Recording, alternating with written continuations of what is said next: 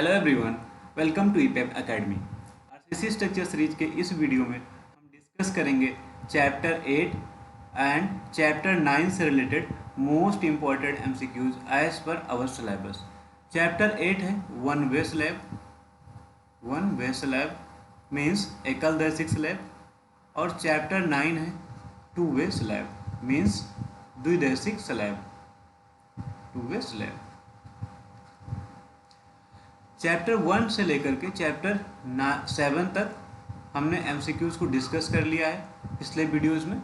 तो वहाँ से आप लोग चैप्टर 1 से 7 तक एमसीक्यूज़ को प्रिपेयर कर सकते हैं। क्वेश्चन फर्स्ट है हमारा, the slab is designed as one way if the ratio of long span to short span is. Slab को वन वे स्लैब के तरीके से डिजाइन किया जाता है यदि उसका लॉन्ग स्पैन मीन्स बड़े पार्ट, शॉर्ट स्पैन मीन्स छोटे पार्ट का रेशियो होता है। तो सबसे पहले समझते हैं लॉन्ग स्पैन और शॉर्ट स्पैन का मतलब क्या हुआ। अगर ये कोई रूम है जिसमें स्लैब प्रोवाइड किया गया है तो इसका ये स्पैन जो है हमें शॉर्टर स्पैन दिख रहा है, एल एक्स से डिनोट कर देते हैं, और ये लॉन्गर स्पैन इसको एल वाई से डिनोट कर देते हैं। तो ये longer span means L Y और एल एक्स का रेशियो अगर ग्रेटर देन 2 होता है तो उसको हम बोलते हैं one way slab. One way slab की तरह से डिजाइन करते हैं। और अगर less than or equal to 2 होता है तो उसको हम टू वे स्लैब की तरह से ट्रीट करते हैं, टू वे स्लैब। तो यहाँ पर जो ऑप्शन करेक्ट होगा ऑप्शन सी करेक्ट होगा वन वे स्लैब के लिए, ग्रेटर देन 2। नेक्स्ट क्वेश्चन है, if a slab is supported only on two opposite supports it is called as. यदि एक स्लैब केवल दो सपोर्ट पर सपोर्टेड है तो ऐसे स्लैब को क्या कहते हैं, टू अपोजिट सपोर्ट पर वो सपोर्टेड है। तो ये अगर पोर्शन है हमारा रूम का जिस पर स्लैब प्रोवाइड किया गया, दो सपोर्ट अपोजिट सपोर्ट सपोज करते हैं फर्स्ट और सेकंड, दो साइड में अगर ये सपोर्टेड है तो ऐसे स्लैब को हमेशा हम वन वे स्लैब कहते हैं। क्या कहते हैं, वन वे स्लैब। इसलिए यहाँ पर जो ऑप्शन करेक्ट होगा हमारा ऑप्शन बी करेक्ट होगा। नेक्स्ट क्वेश्चन है, if a slab is supported on all 4 sides means fully supported है ये, and the ratio of long span to short span is greater than 2 it is called. अगर कोई slab है जो fully supported है means चारों side से supported है तो ऐसे स्लैब, और उसमें जो रेशियो है लॉन्ग स्पैन और शॉर्ट स्पैन का उसका वैल्यू ग्रेटर देन 2 है, तो ऐसे स्लैब को क्या कहते हैं। अभी हमने ऊपर देखा कि दो अपोजिट साइड में जो सपोर्टेड होता है तो उसको वन वे स्लैब हमेशा बोलते हैं। बट अगर चारों साइड में सपोर्टेड है और उसके साथ जो L Y divide by L X, मतलब लॉन्गर स्पैन एल वाई से डिनोट कर दें अगर, और एल एक्स को से डिनोट कर दे शॉर्टर स्पैन को, तो L Y divide by L X का रेशियो ग्रेटर देन 2 है, तब भी हमारा वन वे स्लैब ही होगा। 4 साइड से सपोर्टेड है but L Y by L X का जो रेशियो है ग्रेटर देन 2 है, इसलिए वन वे स्लैब होगा। इंपॉर्टेंट पॉइंट्स हमें याद रखना है। In a slab spanning in one direction main reinforcement is provided along. Slab spanning in one direction means one way slab. One way slab में main reinforcement दिया जाता है, किसके अलोंग दिया जाता है, मीन्स जो हमारा ये स्लैब है ये शॉर्टर स्पैन एल एक्स और ये एल वाई, तो शॉर्टर स्पैन के अलोंग दिया जाता है मेन रेनफोर्समेंट, या लॉन्गर स्पैन के अलोंग प्रोवाइड किया जाता है। तो वन वे स्लैब में जो मेन रेनफोर्समेंट प्रोवाइड किया जाता है हमें पता है वो शॉर्टर स्पैन के अलोंग प्रोवाइड किया जाता है, इसके अलोंग प्रोवाइड किया जाएगा, इसलिए ऑप्शन ए यहाँ पर करेक्ट होगा। और टू वे स्लैब में मेन रेनफोर्समेंट शॉर्टर और लॉन्गर दोनों स्पैन के अलोंग प्रोवाइड किया जाता है। तो हमें ये भी याद रखना है, ये भी एमसीक्यू में पूछ सकता है कि main reinforcement to way slab में किसके अलोंग प्रोवाइड करते हैं, तो शॉर्टर और लॉन्गर दोनों के अलोंग। नेक्स्ट क्वेश्चन है, distribution reinforcement in a simply supported slab is provided to. Distribution reinforcement पहले समझते हैं क्या होता है। जो डिस्ट्रीब्यूशन बार होता है, डिस्ट्रीब्यूशन बार या रेनफोर्समेंट एक ही हुआ, किस लिए प्रोवाइड किया जाता है। तो हमने जब कॉन्सेप्ट डिस्कस किया था तब भी इसके बारे में डिस्कस किए थे। तो डिस्ट्रीब्यूशन बार को प्रोवाइड किया जाता है, फर्स्ट उसका वर्क होता है main to distribute the concentrated load, concentrated load coming on slab, जो कि स्लैब पर आ रहे होते हैं, उस कंसंट्रेटेड लोड को लार्जर एरिया पर डिस्ट्रीब्यूट करने के लिए प्रोवाइड करते हैं। सेकेंड इसका वर्क होता है टू प्रोटेक्ट अगेंस्ट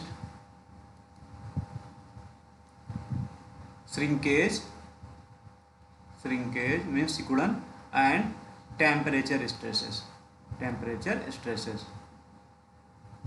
टेम्परेचर और श्रिंकेज के कारण जो स्ट्रेसेस जनरेट होते हैं उससे प्रोटेक्ट करने के लिए।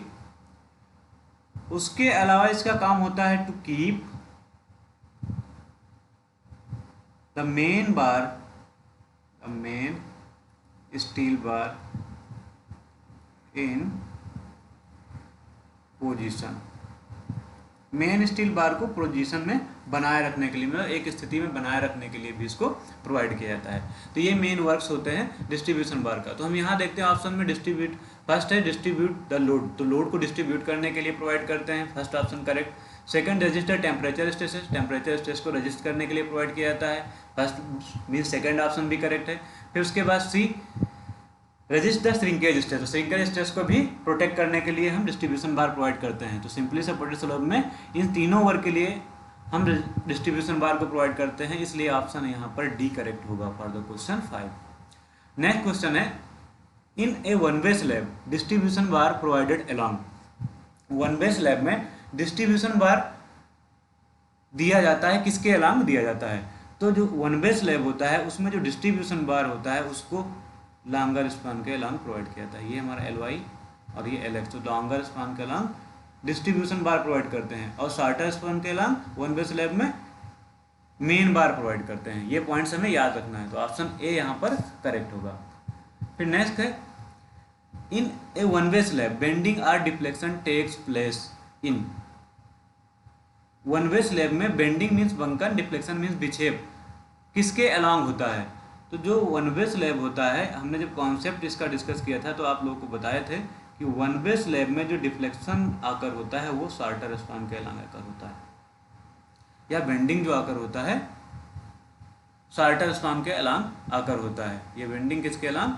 शॉर्टर स्पैन के अलॉन्ग आकर होता है, शॉर्टर स्पैन। तो यहाँ पर ऑप्शन ए करेक्ट होगा। और टू वे स्लैब में जो बेंडिंग आकर होता है one shorter as well as longer दोनों स्पान के अलॉन्ग आकर होता है।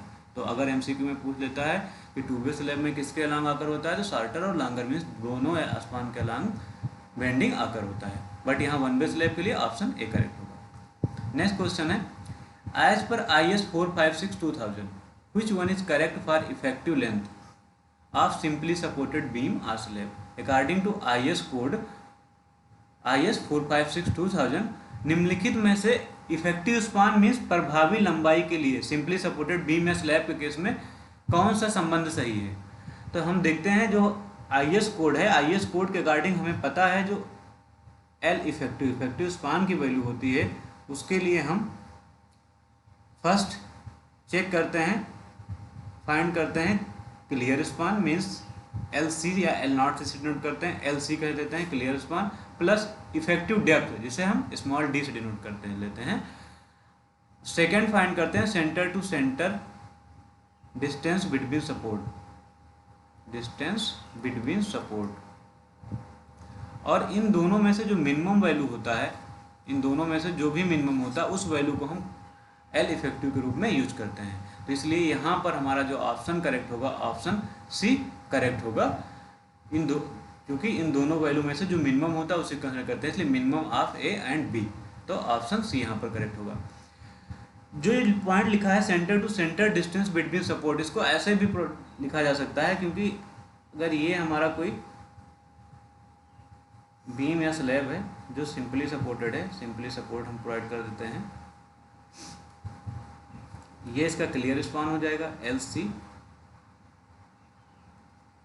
और अगर इसकी चौड़ाई सपोर्ट की W है और इफेक्टिव डेप्थ इसकी D हम मान लेते हैं, तो सेंटर टू सेंटर डिस्टेंस का मतलब हुआ ये डिस्टेंस यहाँ से मिड तक, अगर रेक्टेंगुलर पोर्शन है तो इसका मिड हो जाएगा। तो हम इसको ऐसे भी लिख सकते हैं कि सेकंड पॉइंट के लिए जो सेंटर टू सेंटर डिस्टेंस लिखा है इसको लिख सकते हैं क्लियर स्पान प्लस इसका हाफ मीन्स W/2 सपोर्ट की विथ ऑफ सपोर्ट भी लिख सकते हैं। तो हमें याद रखना है, ऐसे भी पूछ सकता है।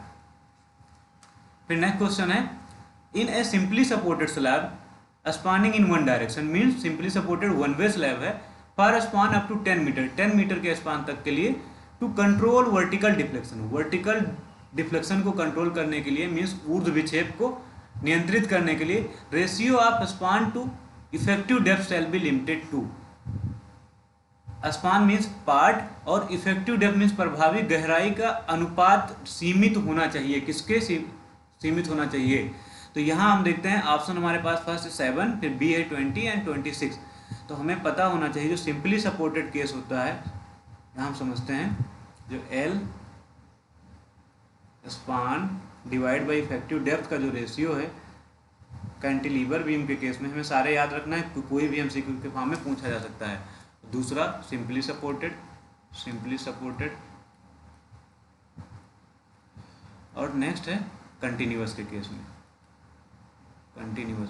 तो कैंटिलीवर के लिए जो ये रेशियो होता है ये होता है 7, सिंपली सपोर्टेड के केस में 20 होता है और कंटिन्यूअस के केस में 26 होता है। तो कोई भी क्वेश्चन पूछा जा सकता है, तो हमें तीनों याद रखना है। बट यहाँ सिंपली सपोर्टेड के लिए पूछा गया है वन वे स्लैब केस में, तो यहाँ पर ऑप्शन बी करेक्ट होगा, यहाँ पर ऑप्शन बी करेक्ट होगा क्वेश्चन नंबर 9 के लिए। फिर देखते हैं नेक्स्ट क्वेश्चन,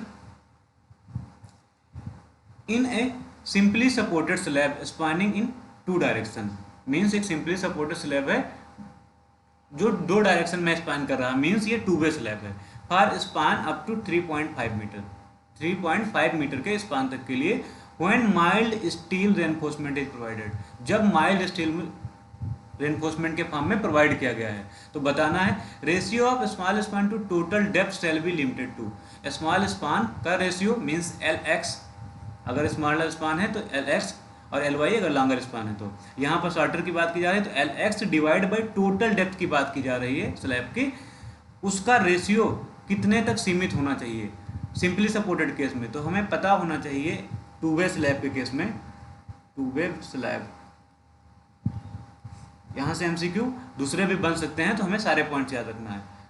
2 वे स्लैब में जो शॉर्टर स्पैन है मीन्स LX बाई LD, इसको यहीं पर रखते हैं LX बाई कैपिटल D जो है, इसका जो रेशियो होता है, तो सिंपली सपोर्टेड के लिए पहले देख लेते हैं सिंपली सपोर्टेड और दूसरा कंटिन्यूअस, दोनों में से कुछ भी पूछा जा सकता है। तो सिंपली सपोर्टेड के लिए जब माइल्ड स्टील प्रोवाइड करते हैं तो ये रेशियो होता है 35 और कंटिन्यूअस के लिए जब माइल्ड स्टील प्रोवाइड करते हैं तो होता है 40। बट माइल्ड स्टील का मतलब क्या हो गया, यहाँ पर लिख देते हैं फॉर माइल्ड स्टील मीन्स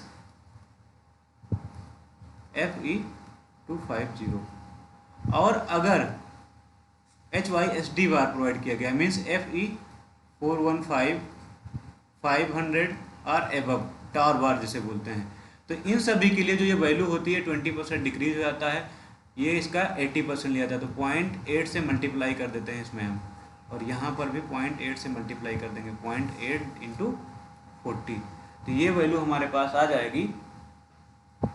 इसको कैलकुलेट करेंगे तो 0.8 से 40 मल्टीप्लाई करेंगे तो ये हो जाएगा 32 और 0.8 से 35 में मल्टीप्लाई करेंगे 28 हो जाएगा। ये किसके केस में है, HYSD बार के केस में। तो किसी भी केस में पूछा जा सकता है, ये माइल्ड स्टील के लिए सिंपली सपोर्टेड के केस में था, तो यहाँ पर ऑप्शन ए करेक्ट होगा।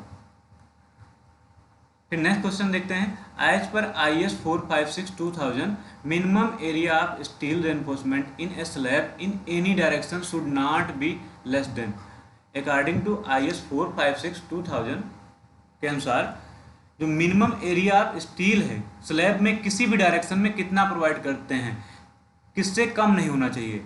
तो जो मिनिमम एरिया ऑफ रेनफोर्समेंट है स्लैब केस में किसी भी केस में किसी भी डायरेक्शन में 0.15% से कम नहीं होना चाहिए, ये हमें पता होना चाहिए। अगर HYSD बार है तो जो ये वैल्यू हो जाती है वो हो जाती है 0.12% ऑफ AG। यहाँ पर लिखा है 0.15% जो वैल्यू होती है वो किसके रिस्पेक्ट में होता है, ग्रास एरिया के रिस्पेक्ट में, मतलब 0.15% of grass area. Grass area means total cross sectional area of slab. और अगर HYSD बार है तो 0.12% और अगर माइल्ड स्टील है तो 0.15%। हमें याद रखना है माइल्ड स्टील के लिए 0.15% ऑफ AG, ये परसेंटेज है। तो यहाँ पर जो ऑप्शन करेक्ट होगा बी करेक्ट हो। किसी भी केस में 0.15% से कम नहीं होना है, 0.15% of gross area of slab से कम नहीं होना है। बट HYSD बार अगर पूछता है तो उसके लिए 0.12% हो जाता है। तो यहाँ ऑप्शन क्वेश्चन के अकॉर्डिंग हमारा सही होगा बी। नेक्स्ट है as per IS 456/2000 in a slab the diameter of main bar should not be more than. According to code IS 456/2000 जो स्लैब है, स्लैब में डायमीटर किससे ज़्यादा नहीं होना चाहिए। तो कोड के अकॉर्डिंग जो स्लैब में diameter 1/8 of total thickness of slab से ज़्यादा नहीं होना चाहिए। 1/8 ऑफ टोटल थिकनेस मतलब डी। अगर स्लैब की थिकनेस डी है तो इससे ज़्यादा नहीं होना चाहिए, हमें पता है। तो ऑप्शन बी यहाँ पर करेक्ट होगा। नेक्स्ट क्वेश्चन है if the diameter of the main reinforcement in a slab is 16 mm the concrete cover to main bar is.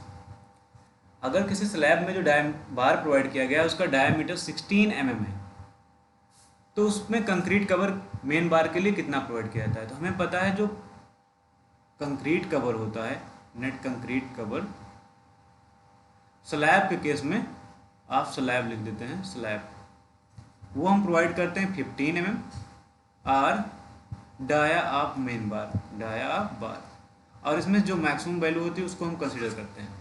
तो यहाँ पर हम जो हमें पता है 16 mm की डायमीटर प्रोवाइड करें, किसी भी केस में इससे कम वैल्यू नहीं लेना है हमें। तो हम देख रहे हैं यहाँ पर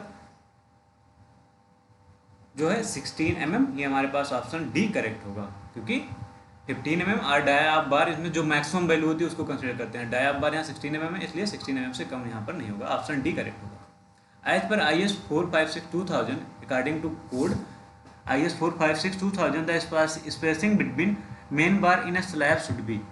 स्पेसिंग जो होता है मेन बार की कितना लिया जाता है स्लैब में। तो अकॉर्डिंग टू कोड जो स्पेसिंग के लिए हम यूज करते हैं, फर्स्ट यूज करते हैं 3 टाइम्स ऑफ इफेक्टिव डेप्थ या effective thickness of slab, second 300 mm, और इन दोनों में से जो मिनिमम वैल्यू होती है उसको हम कंसीडर करते हैं। तो यहाँ पर जो ऑप्शन होगा करेक्ट होगा minimum of A and B. Next question है as per IS 456/2000 the spacing of distribution bar. ये किसके लिए था, मेन बार के केस में था। मेन बार के केस में स्पेसिंग के लिए या पिच के लिए ये हम कंसिडरेशन करते हैं। और जब डिस्ट्रीब्यूशन बार की बात आएगी तो डिस्ट्रीब्यूशन बार के केस में स्लैब में कितना स्पेसिंग प्रोवाइड करते हैं। तो डिस्ट्रीब्यूशन बार के लिए हम लिख लेते हैं, डिस्ट्रीब्यूशन बार के लिए